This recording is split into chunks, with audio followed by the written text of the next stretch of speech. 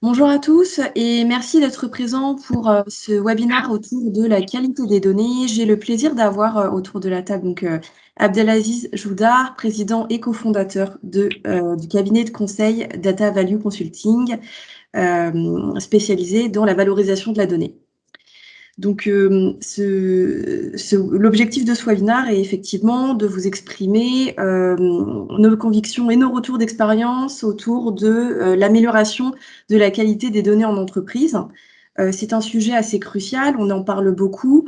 On évalue à 25%, à 25% la part des données critiques dans les entreprises, dans les organisations actuellement. Donc, c'est vraiment une large part, avec un impact financier assez fort. Alors ça, ce sont des chiffres de Gartner. Ils évaluent le coût moyen d'une mauvaise qualité de données jusqu'à 11 millions d'euros par an pour les organisations. Donc, on se rend bien compte que la mauvaise qualité des données, entre guillemets, est présente et qu'elle peut avoir des vrais impacts pour les organisations. Donc, ma première question, Abdelaziz, bonjour déjà. Bonjour Nathalie. C'est qu'est-ce qu'une mauvaise qualité des données et finalement, quels vont être ses impacts pour les entreprises ou les organisations publiques à court, moyen et long terme? D'abord, sur la première partie de la question, je pense que la qualité de la donnée peut être mesurée à minima à deux niveaux. Le premier niveau, c'est le niveau intrinsèque de la donnée elle-même. Les noms, les définitions d'objets, les définitions métiers, etc. C'est tout ce qui, demain, sera exploité, je dirais, non seulement dans les MDM, dans les outils de DataVis, dans les outils également d'IA. On a le deuxième niveau qui est le plus répandu, hélas, c'est la donnée elle-même, c'est les valeurs nulles, les anomalies de saisie par un opérateur dans un magasin, c'est les doublons, c'est les données obsolètes. Et ça, je dirais, c'est plutôt 80% des problèmes qu'on a dans l'entreprise. Aujourd'hui, si on doit parler de critères, les critères, aujourd'hui, il y en a quasiment une dizaine. La traçabilité, l'intégrité, la cohérence, surtout dans les organisations un peu complexes où il faut lier les données entre plusieurs systèmes, plusieurs filiales, plusieurs enseignes, etc. Donc, je dirais que les critères sont assez nombreux, mais l'essentiel, c'est de démarrer parce qu'une fois qu'on a commencé à traiter les premiers critères de qualité, donc généralement, on arrive très rapidement aux autres et on fait l'exhaustivité pour pouvoir arriver à ce fameux Graal de bonne qualité. Voilà. Très bien, bah, merci beaucoup, très clair. Et donc du coup, en fait, finalement, la mise en place d'une stratégie d'optimisation de la qualité des données, j'imagine que ça s'inscrit de façon globale, en fait, dans une méthodologie de data, dans une genre de roadmap data qu'on va mettre en place au sein des entreprises. On va parler de gouvernance, on va parler d'organisation, on va parler de rôle. J'imagine que tout le monde est impliqué, tous les métiers, l'IT est impliqué pour l'optimisation de cette qualité des données. Est-ce que vous pourriez nous en dire plus sur cette méthodologie globale qui vise à mettre en place une organisation data-centrique dans sa globalité? La qualité des données aujourd'hui est une composante importante de la gouvernance des données. En tout cas pour nous, elle s'inscrit et en gras dans la stratégie data. Et la stratégie data, c'est pour nous l'ensemble des process, des rôles, des responsabilités que l'organisation va définir avec son chef data officer pour pouvoir adresser les problématiques de data management. Donc, les composantes de cette stratégie data sont nombreuses, le traitement des référentiels, l'organisation des data dans l'entreprise, l'anonymisation, le tagging, des thématiques qu'on va probablement traiter dans les prochains webinars. Et la qualité en fait partie, c'est le socle principal parce que la qualité peut être altérée par les référentiels, mais aujourd'hui, on va probablement parler de qualité autre que les référentiels, puisqu'il y aura un webinaire dédié à ce sujet-là. Et donc, la stratégie data, comme on vient de l'évoquer, c'est la stratégie qui va se greffer à la stratégie, à l'organisation existante de l'entreprise pour pouvoir faire de la data un actif apporteur de valeur, apporteur de retour sur investissement, tout en traitant les aspects conduits du changement, de l'acculturation des différentes couches de cette organisation de data insérée dans l'organisation globale. Très bien, je comprends. Donc du coup, on a sous les yeux, la méthodologie que vous proposez, pour, justement mettre en place une stratégie data-centric. On part de la vision, on va plutôt vers le use case et après on décline, plusieurs chantiers organisationnels, de data management et puis on parle ensuite des outils. Est-ce qu'il y a un ordre entre guillemets à respecter? Est-ce que voilà, il y a, est-ce qu'on part tous du même point? Qu'est-ce que vous préconisez pour les entreprises? Avant de rentrer, je dirais, un peu plus dans la méthodologie de traitement de la qualité de données, la stratégie globale qu'on a pour habitude, en tout cas, de travailler avec nos clients, c'est d'abord la vision. La vision, je pense que c'est une étape très, très rapide qu'on peut traiter avec les entreprises en 2, 3 semaines. Les définitions des cas d'usage avec les métiers, c'est une étape primordiale qui va plus ou moins recenser la vingtaine, trentaine de cas d'usage majeurs que l'entreprise compte lancer avec ses métiers. On ne va pas jusqu'à la mise en œuvre des cas d'usage, c'est plutôt un recensement, une cartographie, la cartographie des données venant demain les sourcer, c'est leur ordonnancement, c'est les budgets aussi pour chacun des cas d'usage, et puis un niveau de complexité dans leur réalisation. Et puis après, on va lancer plein de chantiers en parallèle. D'abord, le chantier organisation, conduite du changement, tout ce qu'on a évoqué depuis le démarrage à travers les 2 premières questions. Et puis, on a le chantier data management, le chantier plateforme qui va abriter un peu les données, etc. Et puis, on a la succession des lancements de cas d'usage. Mais si on doit revenir maintenant sur la stratégie de traitement de la qualité de données, donc pour moi, il y a 3 étapes majeures. D'abord, le curatif. Le curatif, c'est le dispositif qui va traiter les données en masse. Ce sont essentiellement des traitements je dirais, en mode automatique, mais qui vont traiter 80-85% de la donnée. Après les audits, mais ça on reviendra juste après dans la méthodologie et le détail, on va identifier toutes les problématiques de qualité de données suite à une phase d'audit.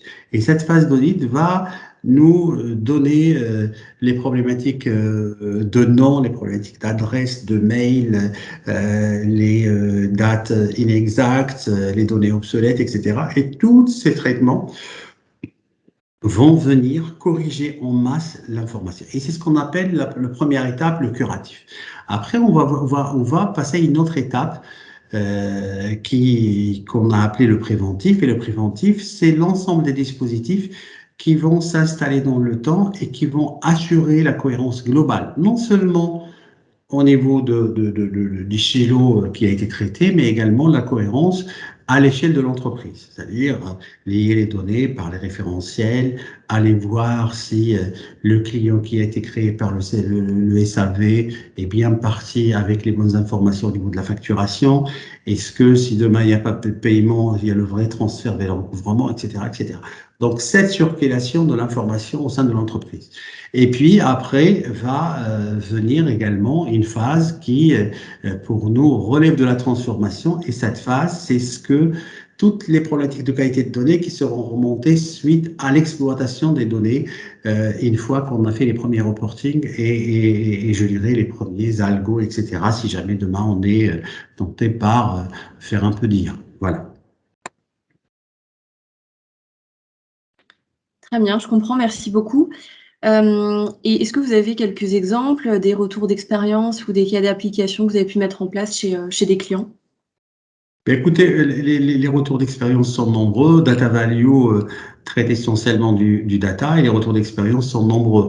Et de ces retours d'expérience, on a tiré, je dirais, une approche globale. Une approche globale pour traiter la qualité de données. Et cette approche va d'abord, en 6 étapes, identifier un certain nombre d'opérations avec des inputs, des livrables, etc., ce qui permet de sécuriser un peu la démarche. Parce que tout à l'heure, en démarrant l'échange, on a parlé d'une dizaine de critères. Quand on parle d'une dizaine de critères avec des périmètres qui peuvent devenir très, très rapidement très larges, il vaut mieux procéder de manière méthodologique. Et la méthodologie aujourd'hui nous impose d'abord d'identifier le périmètre. Et c'est le périmètre, je dirais, sur lequel on va non seulement détecter les problèmes, mais on va les corriger. Et puis, une fois qu'on a identifié le périmètre, donc il faut commencer par choisir les données sensibles. Les données sensibles sur un silo, sur un département, sur une entreprise, sont les données qui aujourd'hui vont donner un retour sur investissement une fois qu'on a fait les opérations de correction. Et ces données sensibles peuvent être le client, le contrat, l'organisation, les produits, les éléments, etc. Tout ce qui est construit autour du référentiel central. Et le référentiel central, c'est les éléments, je dirais, sur lesquels se basent les opérations élémentaires dans une entreprise. Et ces données sensibles doivent être cartographiées avec le contenu et puis viendra après une quatrième phase, c'est la phase de gestion de process. La phase de gestion de process, c'est la phase qui va nous permettre plus ou moins d'identifier un peu les cycles de vie de la donnée dans l'entreprise, d'écrire formellement les règles qui régissent et organisent la donnée, c'est-à-dire la donnée est créée par un système. Je ramène mon appareil en panne dans un service après-vente, ils vont soit me retrouver, soit recréer ma fiche, et cette fiche va faire le tour, arriver chez le technicien qui va réparer l'appareil, le technicien va valider le dossier qui va partir à la facturation, et la facturation, si demain il n'y a pas un acquittement, va faire le tour vers le recouvrement et le reste des services. Donc c'est ce trajet de la donnée qui va non seulement visualiser l'information, mais des fois la modifier. Et donc c'est tous ces process qu'il faut relevé dans l'entreprise sur le périmètre qu'on a ciblé et qu'on a identifié à la base. Et c'est aujourd'hui dans ces opérations, parce qu'il y a beaucoup de modifications qui sont faites sur les données, et certaines modifications, malheureusement, à la marge, sur certaines données, induisent des erreurs.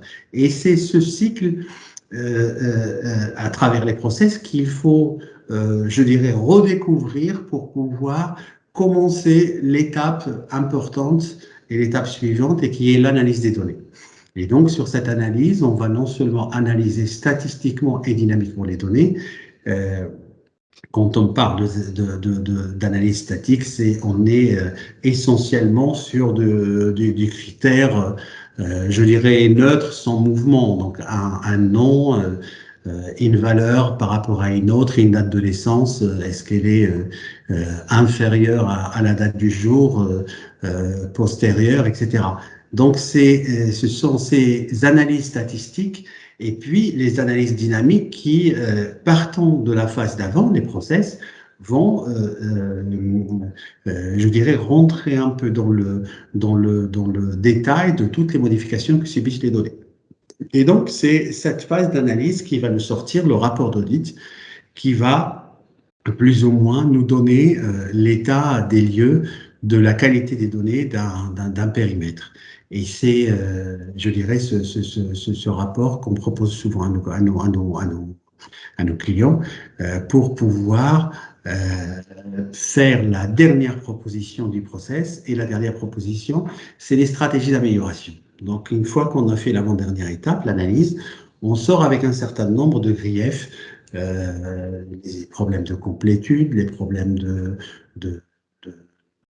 date, comme je viens de l'évoquer, les problèmes de cohérence, les problèmes de nom, les problèmes d'adresse, les problèmes de mail, les moments de vie du client ou du prospect, après ces adresses mail utilisées. Donc souvent, quand on fait l'audit, on compare aussi, ça nous arrive de comparer plusieurs bases, traiter la cohérence de la donnée dans la globalité de l'entreprise.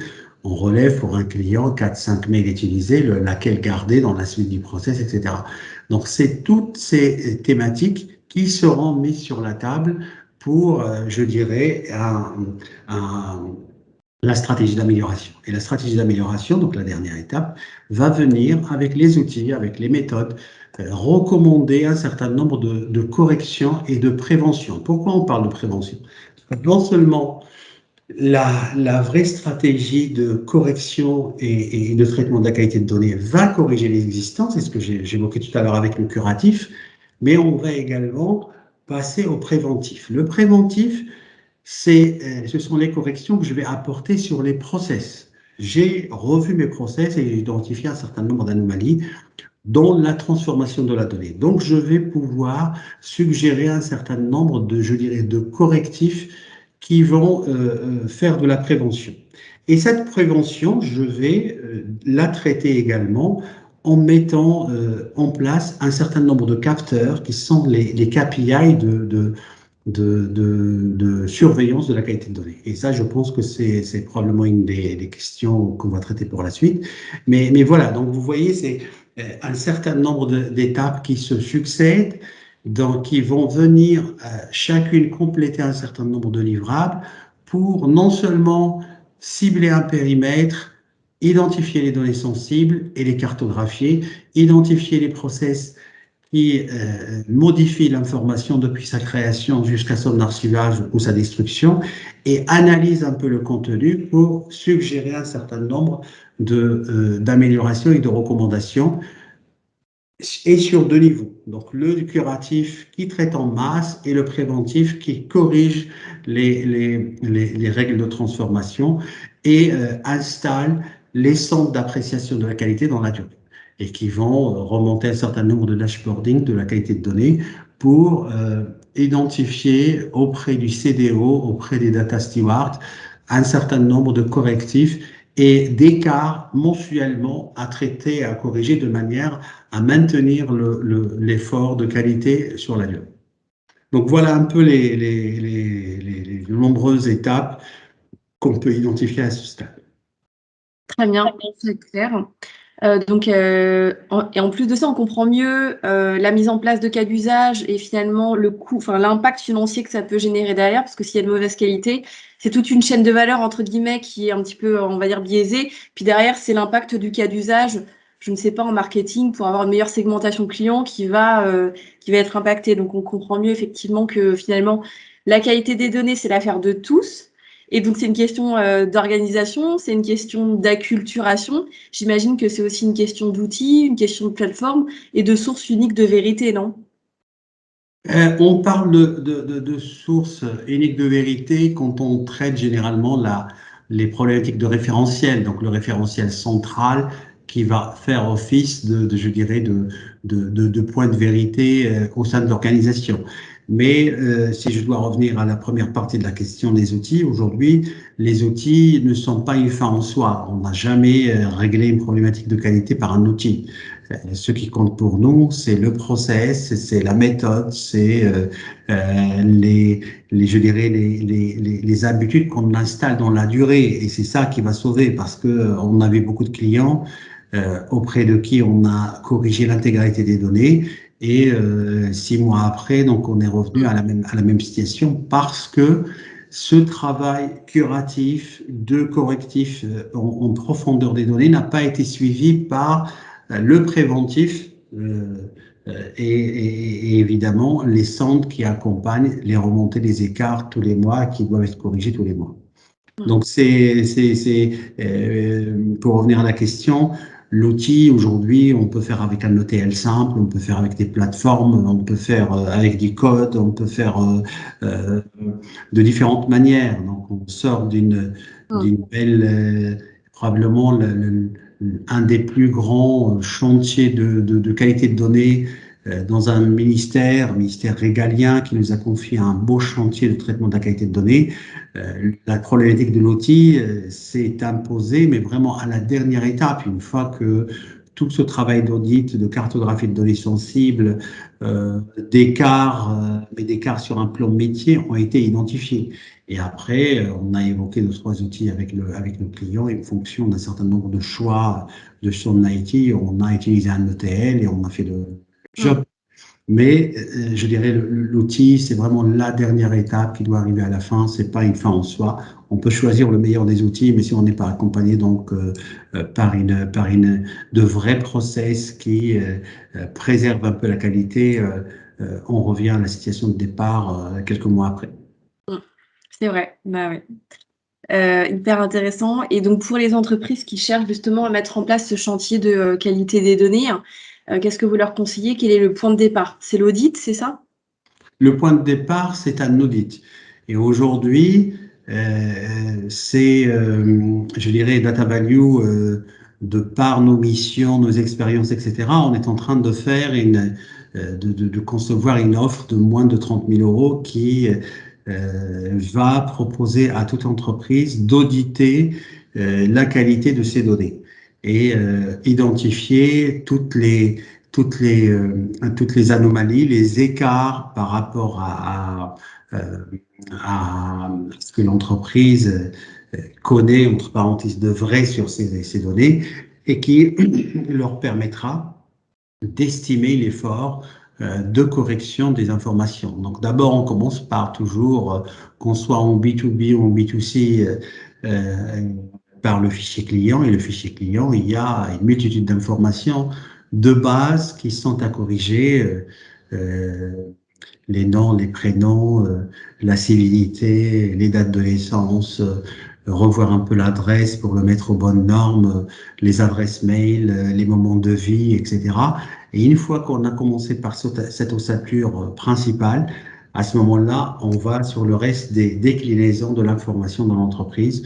Donc, tout dépend des secteurs, mais on ne va pas évoquer un secteur plus que d'autres. Mais il faut commencer dans l'ordre, je dirais, par un audit, corriger le central, et puis une fois qu'on a fait ceci, on décline un peu le reste, sachant que dans l'excellent livre blanc qui a été fait par les équipes Data Value, il y a un certain nombre de recommandations qui doivent accompagner l'audit. C'est le retour sur investissement. Est-ce que toutes les données, et notamment les données sensibles que j'ai traitées, sont bonnes à corriger? Donc là, il y a une dimension que Data Value intègre un peu dans la réflexion et le sujet, et c'est la dimension, je dirais, budget. Est-ce que le budget que je vais mettre pour corriger va me permettre d'avoir le retour sur investissement que je compte? Et là, euh, on a des abats qui permettent à beaucoup de clients, des fois, d'abandonner un certain nombre de correctifs parce que le système est vieillissant, il va être déconditionné dans un an ou deux. Le travail de correctif est énorme et que la plus-value générée par le correctif. Donc, on essaie d'inculquer cette notion de pragmatisme business à nos clients et on accompagne toutes nos opérations d'audit par un retour sur investissement si on corrige. Voilà. Merci beaucoup. Par rapport aux KPI de mesure de la qualité des données, est-ce que vous pouvez nous en dire plus sur la façon de piloter, finalement cette qualité des données? Sur les KPI, c'est ce qui viendrait, comme on l'a évoqué, compléter un peu les modifications du préventif pour pouvoir maintenir la qualité dans la durée. Et ces KPI, aujourd'hui, pour nous, ils peuvent s'intégrer, je dirais, dans trois familles. D'abord, les critères intrinsèques à la donnée, tout ce qu'on a évoqué depuis le début, la complétude, l'exactitude, la conformité aux règles, l'unicité. Un client doit être unique dans toutes les bases et cohérent entre elles et voire entre tous les métiers de l'entreprise. L'intégrité, c'est-à-dire qu'il n'y a pas d'altération dans les process qui vont modifier l'information. Et à cette grande famille, je dirais, des critères intrinsèques, vient se rajouter une seconde famille, les critères de service. Et les critères de service, c'est essentiellement la cohérence des informations. Et là, on traite essentiellement des données en relation ou proches des référentiels. L'accessibilité, est-ce que la donnée est accessible? Est-ce qu'elle est actualisée? Est-ce qu'il y a une vraie pertinence pour pouvoir demain utiliser l'information. Et puis, depuis la RGPD, depuis les problématiques de sécurité que traversent malheureusement un certain nombre d'entreprises, on a aussi rajouté à ces deux familles une famille en relation avec la sécurité. Est-ce que la donnée est disponible? On sait que beaucoup d'entreprises aujourd'hui traitent l'information sensible personnelle par la pseudonymisation, l'anonymisation, etc. Est-ce qu'elle est auditable? Est-ce qu'il y a la confidentialité est réglée? Est-ce qu'il y a une vraie intégrité de l'information, une information qui ne peut être modifiée que par les personnes habilitées pour pouvoir le faire? Est-ce qu'on est dans, dans, dans, dans un cadre réglementaire qui respecte un peu toutes les exigences? Et on sait que, en plus de la RGPD, beaucoup de secteurs ont leurs propres contraintes réglementaires qui sont des fois assez contraignantes. Donc voilà, donc trois familles qui vont se rajouter à ce dashboarding et ce pilotage de l'information dans l'entreprise pour pouvoir identifier dans la comitologie. Et là, si on est dans le cadre d'une entreprise qui est, entre parenthèses, data-driven, avec une organisation, avec une comitologie en relation avec le domaine data, tous les dashboards mensuels remontent au CDO et des fois même à la direction générale pour remonter les données qui posent problème et acter en comité leur vrai écart, leur erreur, entre parenthèses, on est dans le cas de vraie anomalie, et ces informations descendent généralement aux data stewards qui sont organisés par métier et qui peuvent prendre je dirais, l'action de corriger les informations et de voir surtout quels sont les process et les problèmes qui aujourd'hui demeurent au sein de l'organisation data et qui pourront, si jamais on ne fait rien, altérer la qualité de données de manière globale. Donc, un certain nombre de dashboarding très simples. On n'est pas obligé de monter tous les indicateurs. On peut, pour les trois familles, monter 2-3 indicateurs, puis les faire un peu dans la durée, de manière à maintenir dans un cadre préventif l'information et la qualité dans la durée. D'accord. Bah, effectivement, vous avez parlé des CDO, des data stewards, etc. Donc, ça me renvoie à mon autre question. L'organisation, qui est garant, qui est sponsor, enfin finalement, voilà, comment on s'organise? C'est les métiers, c'est plutôt une entité centrale? Comment ça se passe? Là, Nathalie, on revient à un cadre global. Si j'ai déjà mis en place une gouvernance, donc j'ai déjà, je dirais, l'ossature principale qui viendra supporter un peu l'entreprise data-driven. Et cette organisation donc démarre par le CDO qui aujourd'hui est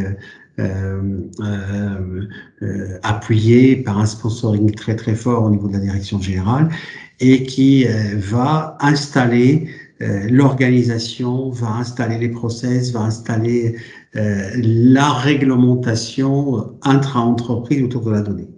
Et va se faire aussi aider côté IT et côté métier par un certain nombre de postes qui, pour chacun, on va faire une fiche de mission avec un certain nombre d'actions, de suivi, etc. Pour certaines, je dirais pour certains postes, on est sur de la demi-journée par semaine d'activité autour de la data. Pour d'autres, c'est je dirais la contribution beaucoup plus forte, mais tout, bien sûr, dépend de la taille de l'organisation et de son volume data traité en interne.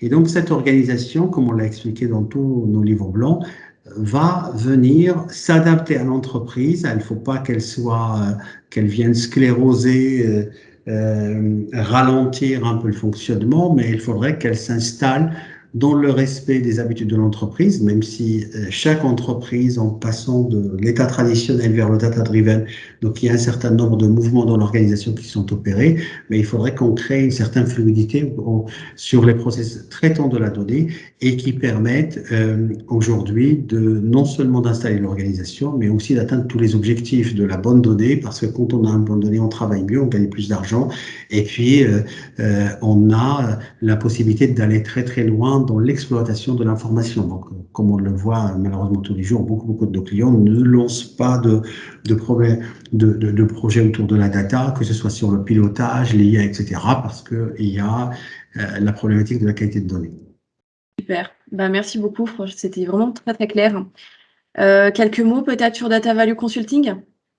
Ben écoutez, Data Value Consulting est une entreprise jeune, 6-7 ans d'existence, créée par des associés passionnés de données, et on le voit sur toutes les thématiques sur lesquelles se penche aujourd'hui Data Value et sur lesquelles il y a beaucoup je dirais de rédaction et d'investissement. Une entreprise qui aujourd'hui accompagne ses clients sur toute la chaîne de valeur. Donc on démarre par le conseil très amont, les stratégies data, l'accompagnement, le cadrage des problématiques, le cadrage également des migrations vers le cloud, les archives, etc., jusqu'à la mise en œuvre des projets. Il nous arrive pour certains clients de maintenir aussi ce qu'on réalise comme système chez nos clients. Aujourd'hui, nos clients, c'est essentiellement la grande administration. J'évoquais tout à l'heure un ministère régalien, mais nos clients aujourd'hui, c'est les ministères des Finances, les armées, l'éducation nationale, beaucoup d'agences de l'État, et puis les clients du CAC 40, donc sur une multitude de secteurs, donc un peu la finance, essentiellement l'assurance pour l'instant, l'industrie, les services, et voilà. Donc c'est Data Value. Donc acteur, je dirais, majeur de la data, et qui demain pourra aussi aider sur les problématiques de qualité de données. Exactement. Merci beaucoup. Effectivement, donc dans un objectif de vouloir vraiment communiquer notre savoir-faire, notre méthodologie et effectivement un petit peu notre passion, on a mis en place un certain nombre de publications, de livres blancs autour de la qualité des données, autour du data management, de la stratégie data dans sa globalité et autour de la maturité data, comment évaluer le niveau de maturité des entreprises pour savoir ce qui les attend en termes de chantier, autour du Chief Data Officer, etc. Donc, tout un tas de ressources qu'on met à disposition et qu'on aura le plaisir de vous partager juste après cette vidéo ou alors sur notre site internet. Merci beaucoup à tous et n'hésitez pas à nous contacter si vous avez la moindre question ou si vous souhaitez en savoir plus sur les sujets de qualité de données. Merci beaucoup. Merci Abdelaziz. Merci beaucoup. Excellente journée. Au revoir. Bonne journée.